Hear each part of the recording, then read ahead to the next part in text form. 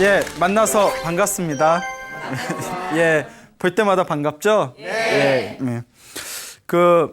우리 중생들이 살다 보면 살아가는 과정에서 좋은 일이 생길 때도 있고 나쁜 일이 생길 때도 있습니다. 그래서 우리 불교에서는 과거에 지어놓은 선업의 힘에 의해서 행복한 삶을 살아가게 되고, 과거에 지었던 악업, 좋지 못했던 나쁜 업의 에너지에 의해서 그 불행한 그런 좋지 못한 결과를 맞이하게 된다라고 불교에서는 가르치고 있습니다. 그래서 불교에서는 행복한 삶을 살기 위해서는 무엇보다 복을 많이 지어야 되고 선업을 지어야 되고, 그리고 가장 중요한 게 내가 지었던 과거의 악업을 소멸시켜야 됩니다. 예. 그렇기 때문에 불교에서는 자기가 전생에 지었던 혹은 과거에 지었던 몸으로 지은 악업, 입으로 지은 악업, 생각으로 지은 악업, 이 세 가지의 악업을 소멸하기 위해서 기도를 많이 시킵니다. 예. 근데 불교에는 굉장히 많은 기도법이 있습니다. 그래서 저도 불자분들한테 불자님들 행복한 삶을 사시려면 기도를 많이 하세요. 기도를 하고 업장을 소멸해야 됩니다. 복을 많이 지으세요. 기도를 많이 하십시오 라고 이렇게 말씀을 드리면 많은 불자님들이 스님, 너무 기도법이 많아서 어떤 걸 해야 될지 모르겠습니다.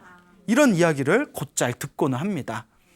근데 실제로 스님인 제 입장에서 봐도 불교에는 굉장히 많은 수행법이 있고, 그 수많은 수행법 중에서 기도 하나만 놓고 보더라도 굉장히 많은 기도법이 있습니다.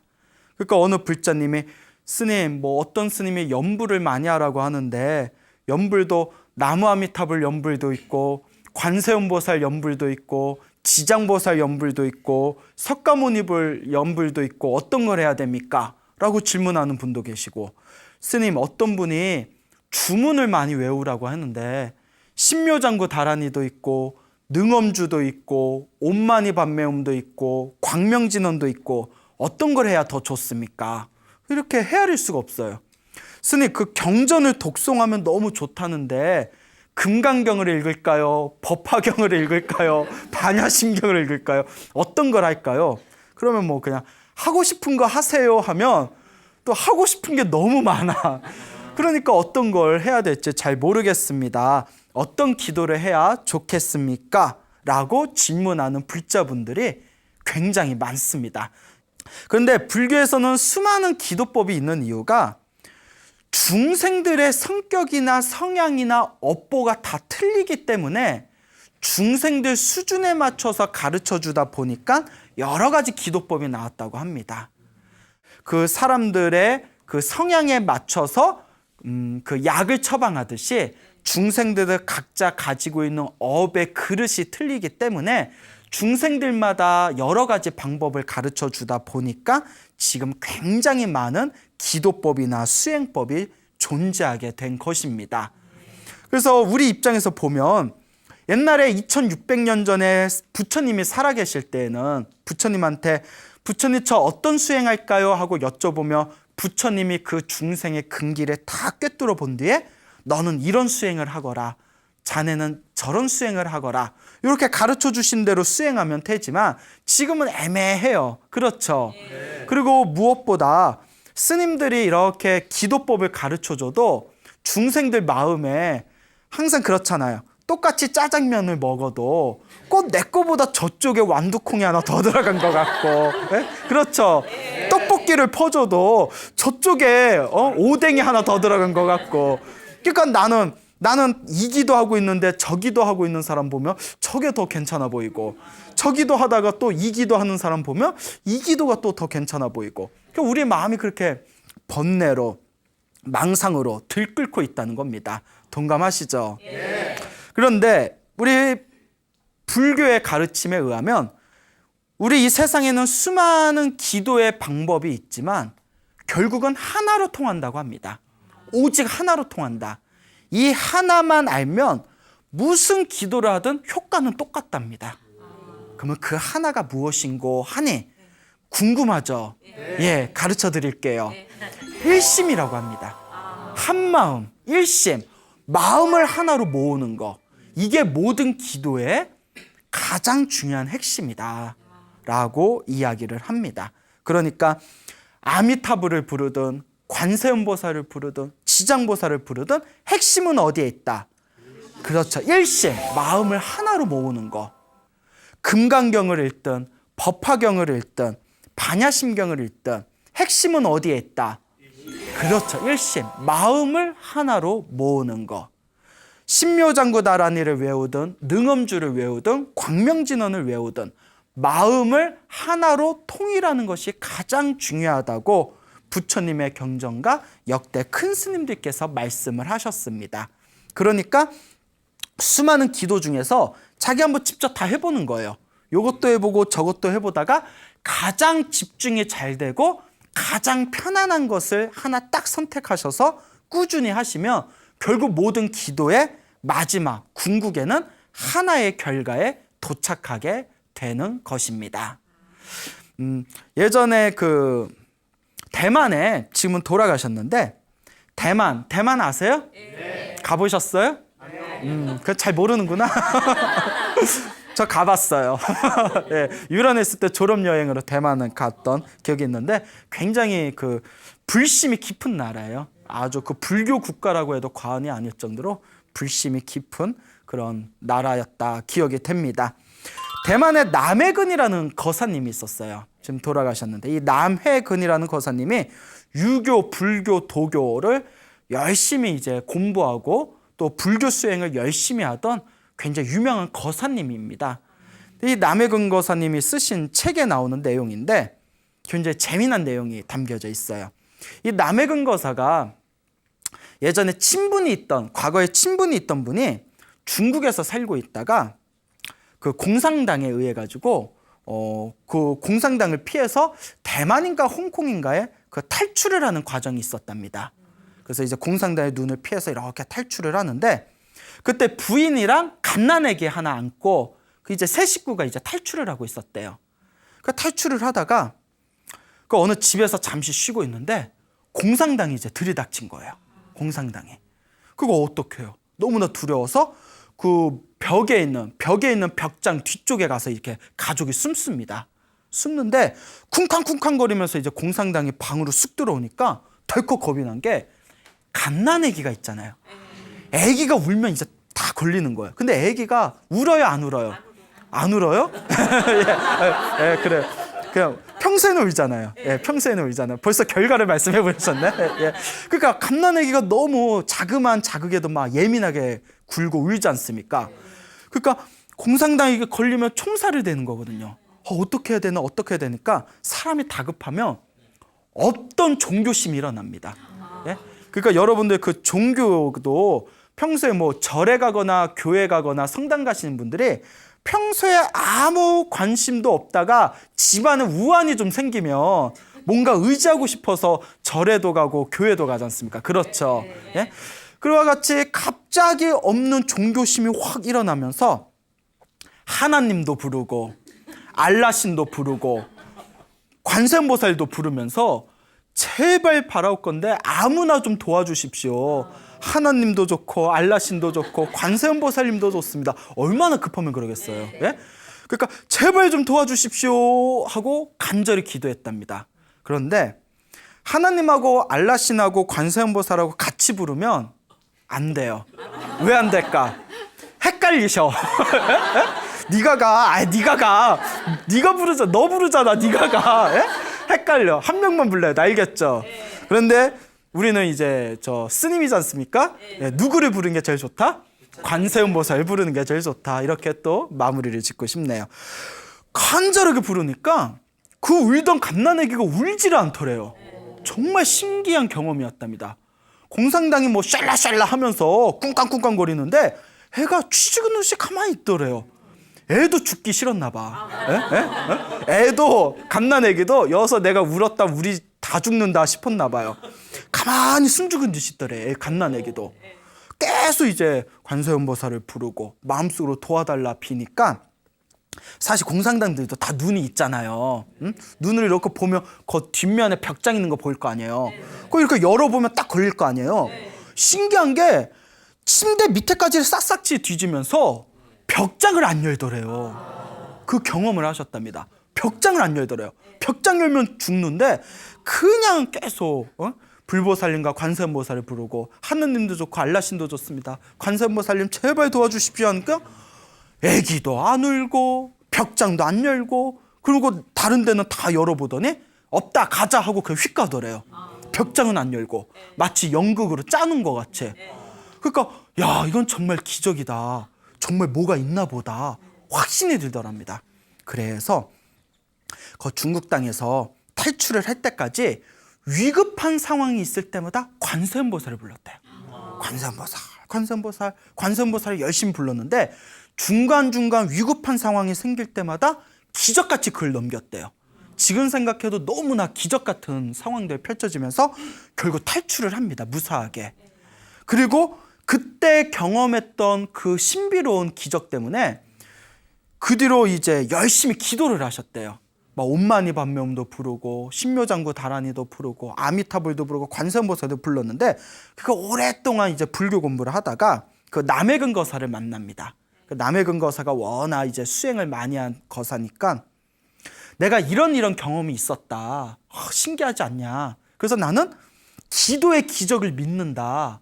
그런데 그때는 기도할 때마다 그런 신비한 기적이 일어나면서 위급한 상황을 모면했는데 지금 여기 와서는 아무리 기도해도 아무런 효과가 없다. 왜 그러냐 했더니 그 남해근거사 하는 얘기가 그건 당연한 결과지 않겠느냐. 왜 그런 거 하니 그때는 중국 땅에서 공산당한테 들킬 때는 내가 이거 걸리면 죽는다 싶어가지고 얼마나 간절한 마음으로 마음을 하나로 통일해서 완벽하게 순수한 마음으로 기도를 했으니까 그 일심 마음의 하나로 통일된 기도의 힘에 의해서 그 위급함을 넘길 수가 있었던 거다. 그런데 지금은 기도를 하면서 이제 편하잖아요. 사람이 변독강 갈 때랑 나올 때랑 같아요, 틀려요? 틀리잖아요. 이제 쌀 거 다 싸고 시원하거든. 그러니까 기도를 해도 마음 한구석에 의심이 있는 거예요. 이걸 하면 그때처럼 효과가 있을까? 저 기도가 더 낫지 않을까? 이 기도가 더 낫지 않을까? 옛날에는 조금만 기도해도 효과가 바로바로 나왔는데 왜 지금은 효과가 없지? 이렇게 마음속으로 자꾸 망상이 일어나고 일심, 마음이 흐트러져 버리니까 그때와 같은 기적 같은 효과가 일어나지 않는 것이다. 이렇게 말씀을 하셨다고 합니다. 결국 기도의 가장 중요한 핵심이 뭐예요? 그렇죠. 여러분 바로 눈앞에서 공산당이 총으로 쏴 죽인다고 했을 때 내가 관세음보살을 불러야만 내가 여기서 살아남을 수 있겠구나라는 믿음이 있을 때 그때 그 총뿌리가 코앞에 있는 상황에서 내가 관세음보살을 부른다면 딴 생각이 나겠어요? 안 나겠어요? 안 나죠. 오로지 관세음보살. 죽든가 살든가 내가 믿을 거는 관세음보살뿐이 없구나. 지장보살뿐이 없구나. 아미타불뿐이 없구나. 오로지 기도에 집중해 보세요. 그때 생사가 코앞에 왔다 갔다 하는 기도에서는 정말 놀라운 효과를 발휘하게 됩니다. 사실 저도 경험이 있어요. 평소에는 뭐 이렇게 법당에서 나무 아미타불, 관세음보살 목탁 칠 때는 틀리나 안 들리나 목탁을 쳐도 관세음보살은 나타날 기미도 안 보이고 그런데 정말 막 다급할 때 있잖아요. 그때 다급할 때는 저절로 관세음보살이 나오잖아요. 그때는 저도 신비한 경험을 한 적이 있습니다. 그게 묘해요. 그리고 정말 효과가 있구나 하고 또 다시 법당 가서 목탁 치면 들리나 안 들리나 내 마음이 간절하지 못해서 그런가 어째 나오질 않는가 싶을 때가 있습니다.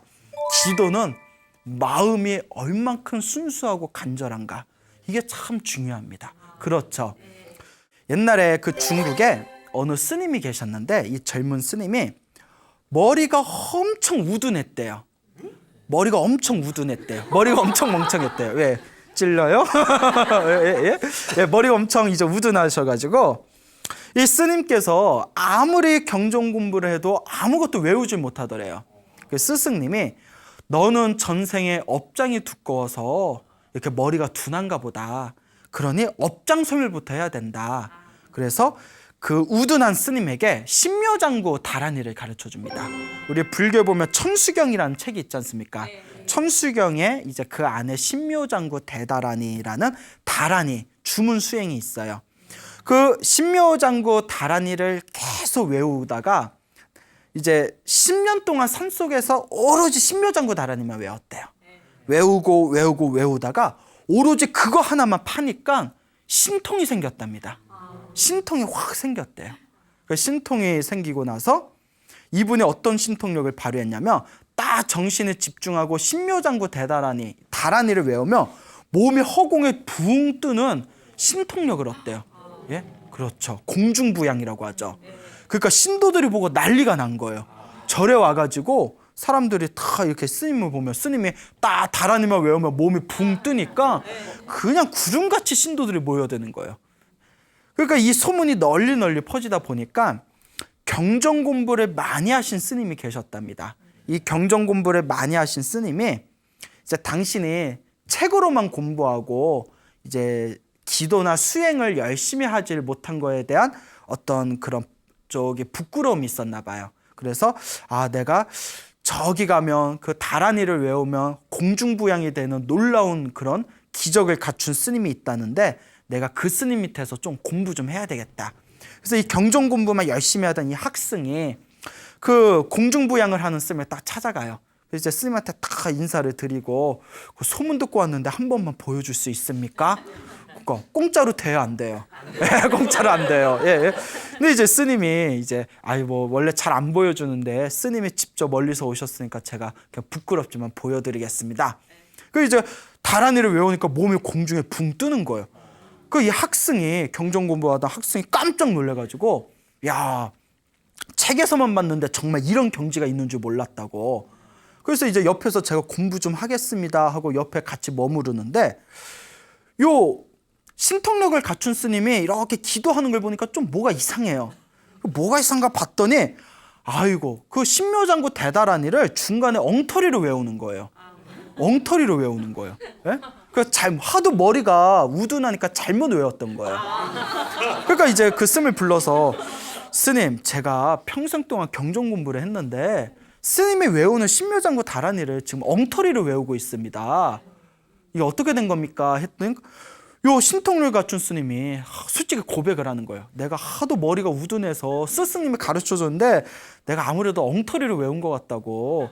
이거 좀 고쳐줄 수 있냐고. 참 겸허하세요. 우리 같으면 시치면 딱 대고 내가 배운 거랑 틀려 이러면서. 그러니까 이제 이 경전 공부하시는 학생이 그걸 다 고쳐드리면서 엉터리로 외워도 이 정도의 능력이 있는데 제대로 외우면 얼마나 더 대단하겠습니까? 딱 가르쳐줬대요. 그러니까 이제 그 고쳐준 그 다라니를 다다다 외우면서 고맙다고, 내가 이거 제대로 외우겠다고. 어느 날이었어요. 이 신통력을 가지신 스님이 이제 마을에 탁발을 가기 위해서 강을 건너야 되는데 강을 건널 때 배를 탈 필요가 있어요, 없어요? 없죠. 딱 그 자리에서 딱 신묘장구 다라니를 외우니까 몸이 둥둥 뜨더니 강을 이렇게 건너더래요, 허공에서. 야, 대단해요. 예? 그래서 이제 딱 가다가 중간쯤에 갑자기 한 생각 망상이 일어난 거예요. 아니, 그때 다라니 제대로 가르쳐줬는데 내가 또 엉터리를 외웠네? 아이고, 내가 제대로 가르쳐준데 외워야지 하고 그 엉터리 다라니를 제대로 고쳐준 그 제대로 된 다라니를 딱 외우는 순간 물속에 풍덩하고 빠지더래요. 그래서 가까스로 어떻게 허우적거리다가 가까스로 빠져나온 뒤에 그 스님을 찾아가서 얘라 이중아, 당신이 가르쳐준 그 다라니 때문에 내 물에 빠져 죽을 뻔했다고. 이상하네? 나 제대로 가르쳐줬는데? 근데 그 뒤에 신기한 게 자기가 10년 동안 엉터리를 외웠던 다라니를 외우면 하늘에 붕 뜨고, 그래요. 제대로 된 다라니를 외우면 아무런 효과도 없는 거예요. 그래서 나온 말이 다라니, 염불, 기도라는 것은 결국 내가 그동안 수행했던 수행의 과정을 통해서 쌓인 내공이 중요한 거지 그 언어나 말이나 구절이 중요한 게 아니라는 거예요. 무슨 말인지 동감하시죠? 예. 그러니까 10년 동안 닦아왔던 나만의 다라니가 신통을 일으켰던 거지 종이에 써져 있는 그 글씨 자체에 의미가 담겨져 있는 게 아니라는 겁니다. 그렇기 때문에 이 믿는 마음, 그리고 이 마음의 하나로 통일되어진 간절한 이 마음이 엄청난 기적과 같은 에너지를 일으킬 수가 있었던 것이다 라고 우리 불교에서는 가르치고 있습니다. 이와 비슷한 이야기가 있어요. 여러분 티베트 아세요? 네. 또 똑같은 질문 하나 더 드릴까요? 가보셨어요? 네. 잘 모르는구나. 저 가봤게요, 안 가봤게요? 안 가봤어요. 예. 여하튼 티베트에 이제 갔는데 그 티베트에 이제 어느 덕실한 할머니가 계셨대요. 티베트는 굉장히 불교 국가였지 않습니까? 오래전에 그 덕실하신 이 할머니께서 아들이 하나 있는데 아들이 인도에 1년에 뭐 한두 번씩 인도로 장사를 갔다 오는 상인이었어요. 그 아들한테 덕실한 불자니까 이 할머니가 이 어머님이 아들한테 아들아 부처님의 고향 부처님의 나라인 인도 땅에 가면 뭔가 좀 부처님과 관계에 대한 상징적인 무슨 기념품 좀 하나 좀 가져오거라 신신당부를 합니다. 근데 아들이 건망증이 있는지 그 돈 버는 것만 그냥 관심이 있고 어머니 약속은 싹 잊어버리고 항상 인도에서 빈손으로 오는 거예요. 그러니까 어머니가 서운하잖아요. 그걸 못 들어줘. 이게 몇 번이 반복된 거예요. 그러니까 어머니가 너무 서운해하니까 아들이 이번에 인도에 장사 가면 반드시 제가 어머님이 제일 좋아할 만한 걸 사오겠습니다. 그러니 한 번만 믿어주십시오. 아들이 다시 인도에 갔어요. 그리고 사야지 하다가 또 장사하는 틈에 잊어버렸어요. 예, 눈치 빨라. 예, 그래요. 예? 자, 그래서 이제 잊어먹고 이제 다 티베트 국경에 들어오는데 아이고 어머니 선물을 또 놓쳤네. 어떻게 해요? 그 어머니가 서운해하고 섭섭해하는 그 얼굴 표정이 눈앞에 그려지는 거예요. 아이고 이거 어떡하냐 진짜 이번에 진짜 큰일이다. 아 입이 써도 할 말이 없다. 고민하다가 길바닥에 개 한 마리가 죽어있더래요. 딱 보더니 꾀를 냅니다. 어머니 마음을 편안하게 해드리는 게 중요하지. 그 가서 죽어있는 개 이빨을 하나 뽑아냅니다. 예? 작은 이빨 하나를 이렇게 뽑아냈대요. 이빨 하나 딱 뽑은 뒤에 그렇게 뼈같이 보이잖아요. 그러니까 이제 그걸 깨끗하게 닦아가지고 이렇게 윤기나게 이렇게 좀 간 뒤에 수건에 예쁘게 싸가지고 어머니한테 갑니다. 어머니 저 왔습니다. 그래 아들아 선물 좀 사왔니? 다 그걸 보여주면서 어머니 부처님의 살입니다 이러는 거예요. 세상에 개 이빨을 부처님 살이라고. 참 살다 별일이 다 했어요. 그 어머니 지금의 인터넷도 있고 TV도 있고 예? 그 옛날 사람들 뭘 알아요. 산속에서 시골에서만 사니까 어머니가 보더니 긴가민가 하지만 예? 아들이 인도에서 가져온 부처님 살이라니까 그냥 이렇게 귀한 걸 어떻게 그거 딱 받아보시더니 근데 내가 상상한 거 그건 좀 틀리다 야 이러면서 어쨌거나 이제 부처님 살이니까 그러니까 아들이 아이고 그거 불경스럽게 그렇게 분별심을 일으키면 되냐고 그러니까 맞거든요. 아이고 그래 내가 부처님 살이 이 귀한 걸 가지고 내가 분별심을 일으켰구나. 그리고 아주 영롱하고 예쁜 유리곽에다가 그 개이빨 부처님 살이라고 딱 놓고 불단을 딱 모셔놓고 거기서 막 절을 올리고 기도를 하는 거예요. 우리 아들 내가 정말 아들 하나는 잘 뒀다. 어쩜 이렇게 이 귀한 부처님 사리를 모셔왔을까. 그거 지극정성으로 기도를 하는데 이 소문이 퍼지니까 주변에 부처님 사리를 참배하려고 수많은 사람들이 오는 거예요. 이거 부처님 사리 가져왔다는데 진짜냐고. 진짜라고 보여달라고 할까. 이거 아무나 안 보여주는데 멀리서 왔으니까 보여달라고. 그리고 보여주면 다들 긴가 민가 이거 부처님 살이 진짜 맞냐고 하면 부처님 살이를 앞에 두고 그렇게 분별심을 일으키면 되냐고. 내가 잘못했다고 하고 막 절을 올리고 가는 거예요. 사람들이 다들 긴가 민가 싶겠죠. 그 어떡합니까? 그 어머님은 그냥 지극정성 믿고 열심히 기도를 하는데 아들이 찔려요 안 찔려요? 네. 찔리는데 어머님이 저 정도일 줄은 몰랐던 거예요. 그런데 어머님이 저렇게 행복해하면 됐지 마음이 중요하지 하고 넘어갔대요. 그렇게 몇 년이 지났는데 아들이 밤에 잠을 자고 있는데 갑자기 옆방에서 어머니 방 있는 게 뭐 하나더래요. 그러니까 불이 났더래요. 깜짝 놀라서 어머님 하고 물동이를 들고 딱 어머니 방 안에 들어가고 불이 막 난 줄 알고 딱 갔더니 불이 아니라 불단에서 방광 빛이 뿜어져 나오더래요. 이게 웬 빛인가? 눈을 뜨기도 힘들 만큼 웬 빛인가 해서 봤더니 어머니 이게 어떻게 된 겁니까 했더니 막 어머니가 눈물을 흘리면서 막 환희가 가득한 기쁨의 얼굴을 지으면서 아들아 정말 고맙다. 네가 가져온 부처님 사리가 너무나 영험이 있어서 기도를 올렸더니 갑자기 빛이 나온다고, 방광을 한다고.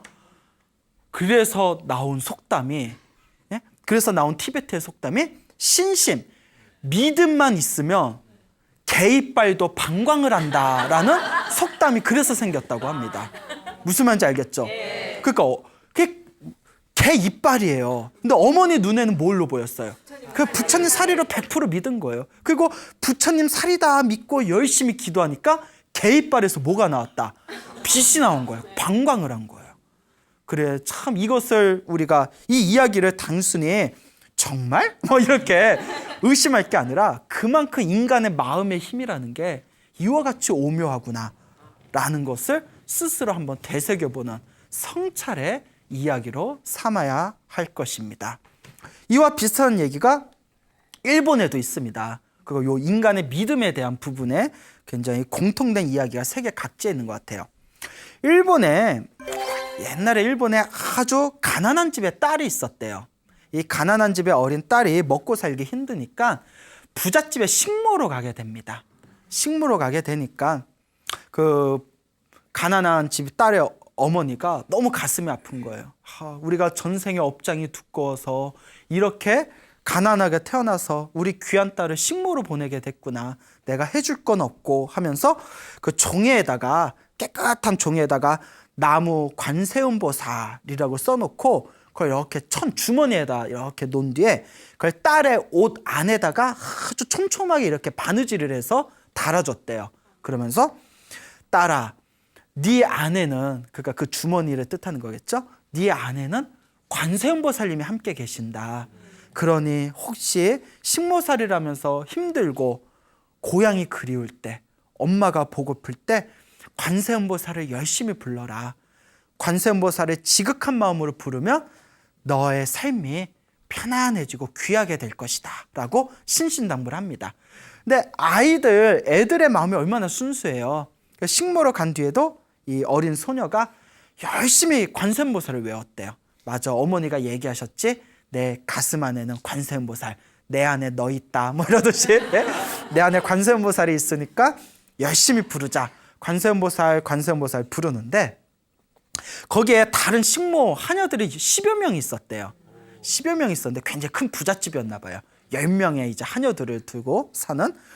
그러니까 걔네들이 이제 새로운 이제 신참이라고 텃세를 부르는 거예요.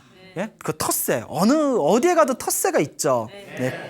그 막 텃세를 부르면서 막 약 올리고 험하고 굳은 일 시키고 막 왕따 시키고. 근데 이 딸이 너무 착한 거예요. 이 소녀가 굳은 일 하라는 대로 다 하면서 항상 입으로 관세음보살 항상 외우는 겁니다. 그런데 사람이 하라는 대로 또 다 해주면 사람을 또 바보로 취급해요. 그렇죠? 그러니까 그렇다고 또 화를 벌컥 낼 수도 없고, 그래서 이제 하라는 대로 다 해주니까 더 바보라 생각하고 자꾸 굳은 일을 시키는 겁니다. 근데 이제 이 딸이 내 아는 관세음보살님과 함께 하니까 관세음보살님이 도와주실 거야. 참 착하죠? 나중에 이런 며느리 둬야 돼요. 관세음보살 외우다가 하루는 문득 이런 생각을 합니다. 내가 맨날 화장실 가서 더러운 화장실 청소하고 온갖 굳은이라고 그 때국물 몸에 묻혀가면서 일하는데 관세음보살이 이렇게 품에 품고 내가 이렇게 청소를 하고 더러운 일을 하면 관세음보살님한테 누가 된다. 그러니 이걸 따로 모시자라고 생각이 들어서 관세음보살을 이렇게 옷깃에다 묶어놓은 걸 실밥을 뜯어가지고 그 주머니를 그 기둥 있죠. 복도에 기둥에 갈라진 나무 틈에다 거기 쏙 집어넣습니다. 거기가 관세음보살님이 계시는 불단이다 여기고 밤마다 피곤한 와중에도 밤마다 항상 일을 다 마친 뒤에 잠자기 전에 그 복도에 있는 그 나무 기둥에 가서 거기서 절을 올리면서 관세음보살 불렀대요. 그러니까 다른 하녀들이 쟤 피곤해 죽겠는데 잠은 안 자고 어디 가지 해서 봤더니 복도에 있는 나무 기둥에서 기도하면서 관세음보살 부르니까 봐봐 쟤 진짜 바보야 막 이러는 거예요. 바보 맞잖아. 이렇게 본 뒤에 이제 애들이 이제 장난을 치려고 어떻게 하냐면 몰래 그 기둥에서 그 관세음보살님이 적혀있는 그 주머니를 빼버리고 거기다 멸치대가리 집어넣었대요. 멸치대가리를 쏙 집어넣습니다. 예? 이런 멸치대가리 같은 일 있나? 예? 그 멸치대가리 집어넣으니까 그 딸이, 그 소녀가 그 안에 이제 멸치대가리가 있는지도 모르고 또 가서 막 기도하는 거예요. 예? 관세음보살님, 관세음보살님, 멸치대가리 앞에서. 그러니까 다른 하녀들은 막 킥킥거리면서 바보, 바보, 바 이러면서, 그래서 몇 날 며칠을 그렇게 막 이렇게 자기네 낄낄대다가 이제 슬슬 재미가 없는 거예요. 자, 이제 오늘 밝히자. 제가 깜짝 놀라고 저 놀라는 얼굴을 우리가 좀 구경 좀 하자. 그래서 이제 밤에 또 기둥에 가서 열심히 이제 기도하고 있는데 그 소녀한테 가가지고 이 하녀들이 얼레리 꼴레리 이랬겠죠. 그 기둥에 보면 우리가 멸치대가리로 바꿔놨지롱, 멸치대가리로 바꿔놨지롱 이러면서 대가리로 바꿔놨지롱 이러는 거예요. 예? 그러니까 이제 깜짝 놀라서 이렇게 틈을 보니까 정말 멸치대가리가 꽂혀져 있는 거예요. 그러니까 얼마나 열받아요. 화나죠. 근데 착한 걸 떠나서 진짜 바보일 수도 있어. 뭐라고 하냐면 너희들이 참으로 못된 장난을 했구나. 하지만 이 안에 관세음보살이 있든 멸치대가리로 바꿔놨든 나는 관세음보살이 있다고 믿고 있으니 그걸로 충분한 거다. 나는 관세음보살님이 계시다고 믿고 나는 기도하면 그만이다. 나는 너희들 말에 신경 쓰지 않겠다. 너희들은 어서 가서 잠이나 자거라 하면서 그 앞에서 계속 기도를 하는 거예요. 대단하죠? 기도를 하니까 애들이 바보 하고 막 이거 놀리고 있는 틈에 갑자기 나무의 틈 멸치대가리에서 빛이 뿜어져 나오더래요. 방광이, 예? 멸치대가리가 빛이 확 뿜어져 나오면서 그 깜짝 놀랐잖아요. 그러면서 멸치대가리에서 빛이 뿜어져 나오면 거기에 관세음보살 모습이 싹 보이더래요. 무지개처럼 관세음보살이 싹 보이니까 나머지 그 놀리던 하녀들이 깜짝 놀라서 무슨 멸치대가리에서 빛이 나오고 관세음보살이 나올까 깜짝 놀라서 나머지 10명도 얼마나 놀라겠어요. 그렇잖아요. 여러분 막 국수 먹고 있는데 그 국수에 있는 멸치대가리에서 갑자기 빛이 뿜어져 나오면 그걸 먹어야 돼 말아야 돼? 예? 놀랄 거 아니에요. 그 자리에서 막 절을 하면서 나머지 하녀들도 관세음보살님 잘못했습니다. 용서해 주세요. 용서해 주면서 막 절을 하더래요. 이걸 집주인이 얘네들 집단으로 발광을 했나 싶어가지고 이게 무슨 일이냐 하고 집주인이 불러서 물었대요. 왜 밤에 복도 기둥에서 너희들 그렇게 막 관세음보살 부르면서 기도를 했냐고. 이게 무슨 짓이냐고.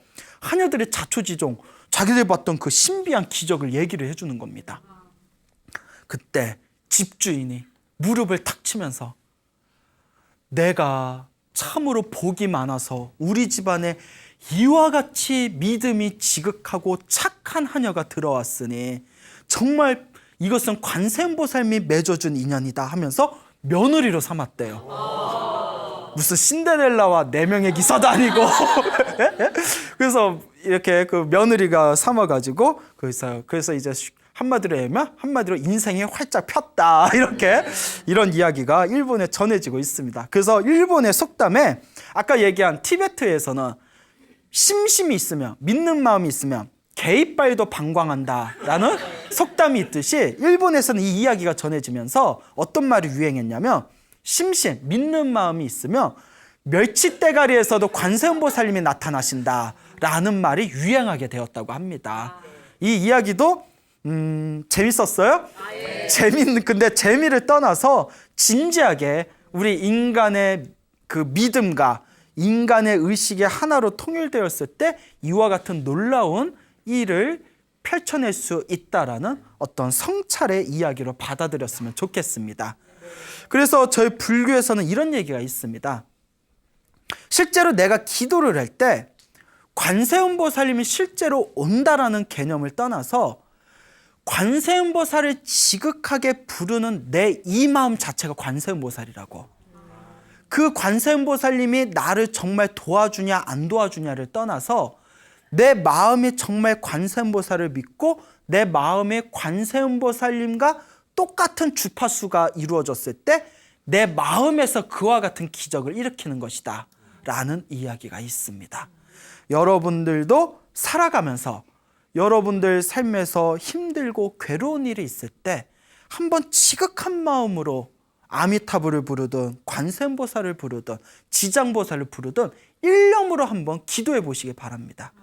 근데 많은 분들이 기도를 하다가 스님, 열심히 기도를 한다고 했는데도 효과가 별로 없는 것 같아요 라는 이야기를 굉장히 자주 듣습니다.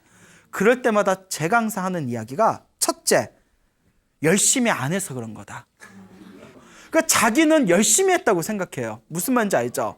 근데 실제로 열심히 안 한 걸 수가 있다. 기도도 그와 같다.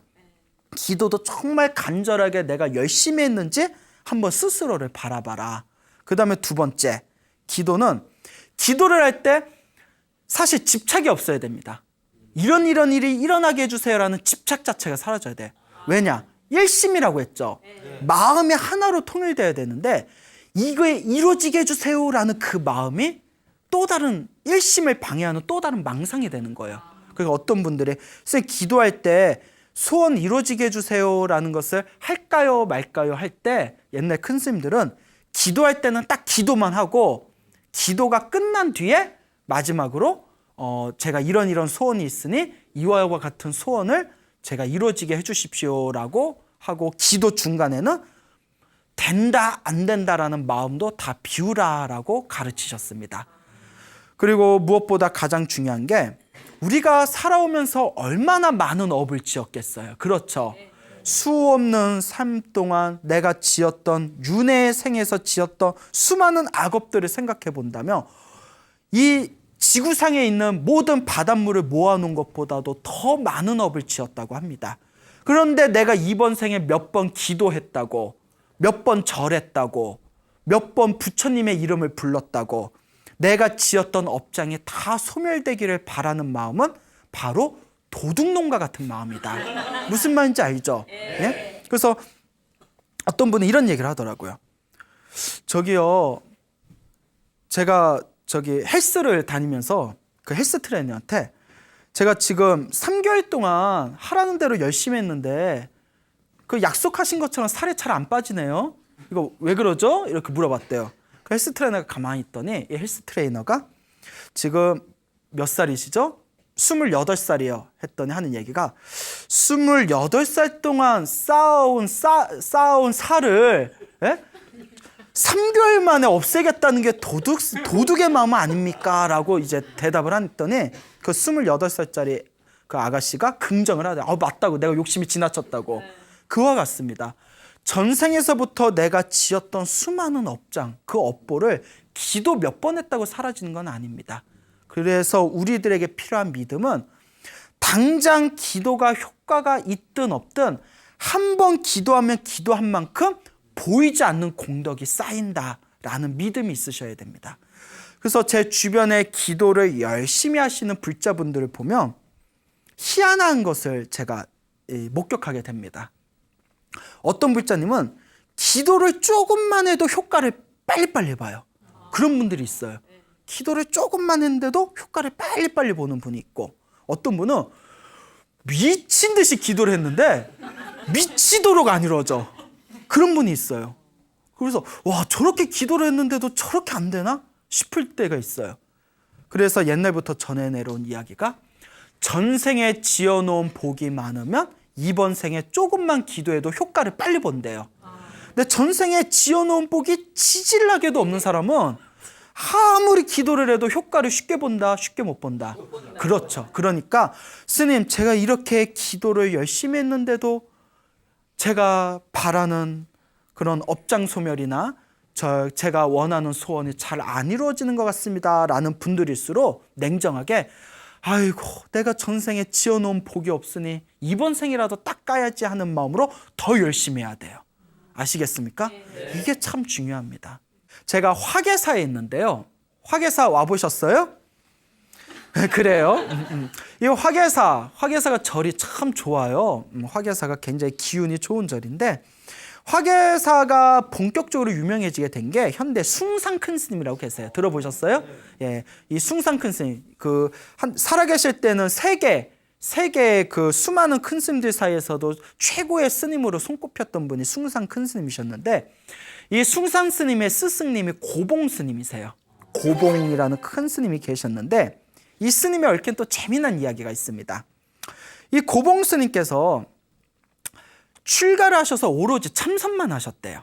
오로지 이렇게 벽을 보고 참선만 하시다 보니까 뭐 목탁 두들기고 요령 흔들고 연불하는 법을 전혀 모르셨대요. 그냥 오로지 마음 찾는 이 참선법만 닦으셨는데 하루는 이 암자에서 이제 혼자 이렇게 수행을 하고 계셨답니다. 수행을 하시는데 어느 안악내가 찾아왔대요. 안악내가 다 찾아오더니 스님, 제가 자식이 없습니다. 계속 자식을 못 낳고 있는데 그 생남불공, 아들 낳는 생남불공 좀 올려주십시오라고 부탁을 하더래요. 불공 좀 올려주십시오. 아이 좀 낳게.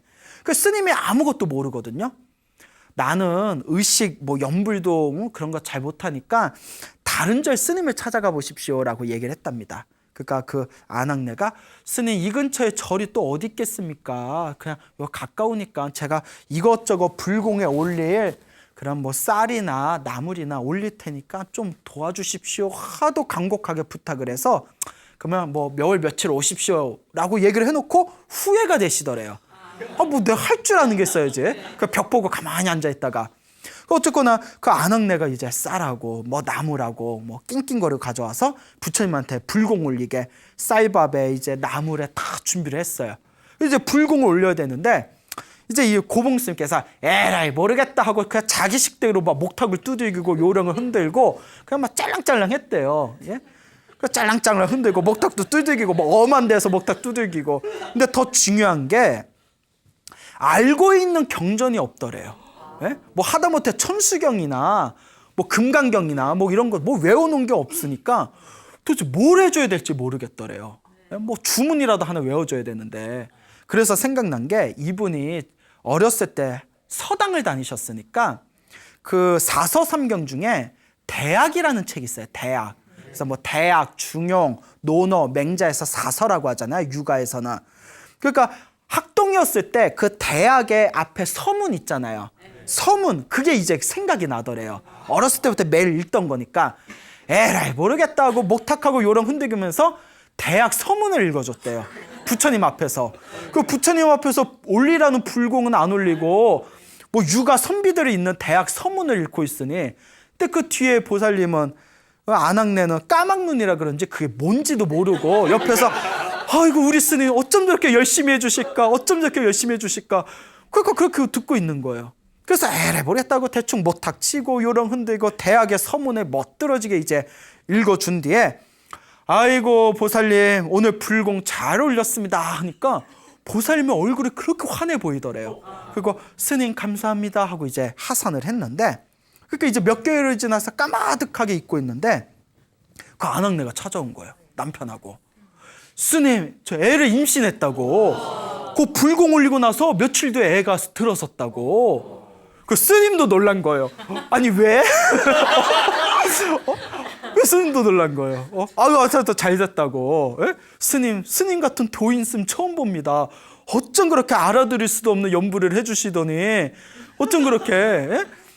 그 무슨 신비한 무슨 주문입니까? 아, 나만 알고 있는 주문이라고. 그냥 그렇게 알고 내려가시라고. 그 절에 스님이 자기만 알고 있는 주문이 있는데 그걸로 불공을 해주면 소원이 이루어진다고 이상한 소문이 돌아가지고 사람들이 구름같이 몰려서 불공해달라고. 그리고 고봉스님 일단 어떻게 얼떨결에 온 사람들 몇 번 해줬는데 그 사람들이 다들 집에 가서 소원 성취해버렸대요. 예? 그러니까 목탁도 이상한 데서 치고 요령도 이상한 데서 흔들고 부처님 경전은 안 읽어주고 선비들이 있는 대학 그 서문이나 그냥 딱 읽어줬는데 소원 성취하는데 고봉스님도 이상하고 예? 그 사람들한테 말은 못하겠고 그 사람들 소문 듣고 구름같이 몰려드니까 아 내가 더 이상 여기 있으면 수행을 할 수 없겠구나 싶어가지고 그 자리에서 이제 몰래 짐을 싸고 암자에서 도망 나오셨다는 얘기가 있습니다. 여러분 이 대학이라는 책에 과연 뭐 부처님의 가피가 담겨져 있겠습니까? 아니죠. 그 선비들이 있던 공자와 맹자화라던 책입니다. 예? 그런데 어떻게 그와 같은 신비한 기적을 일으킬 수가 있었을까요? 그렇죠. 마음의 힘입니다. 결국 모든 기도는 하나로 통한다고 했습니다. 그 하나가 뭐라고 했죠? 일심, 마음이 하나로 통일되는 것. 이것이 가장 중요하다고 말씀을 드렸습니다. 망상이 일어나니 많이, 번뇌가 일어나니 많이 이런 생각조차도 놓아버리고 마음을 하나로 통일시키기 위해서 꾸준히 그냥 열심히 기도해 보시기를 바랍니다. 여러분, 행복해지고 싶습니까? 네. 행복한 삶을 창조하고 싶습니까? 네. 복을 지으십시오. 선업을 지으십시오. 공덕을 쌓으십시오. 복과 선업과 공덕의 힘이 여러분들을 진정한 행복의 길로 이끌어 줄 것입니다. 오늘 여기서 마치겠습니다. 소중한 나 무한 이모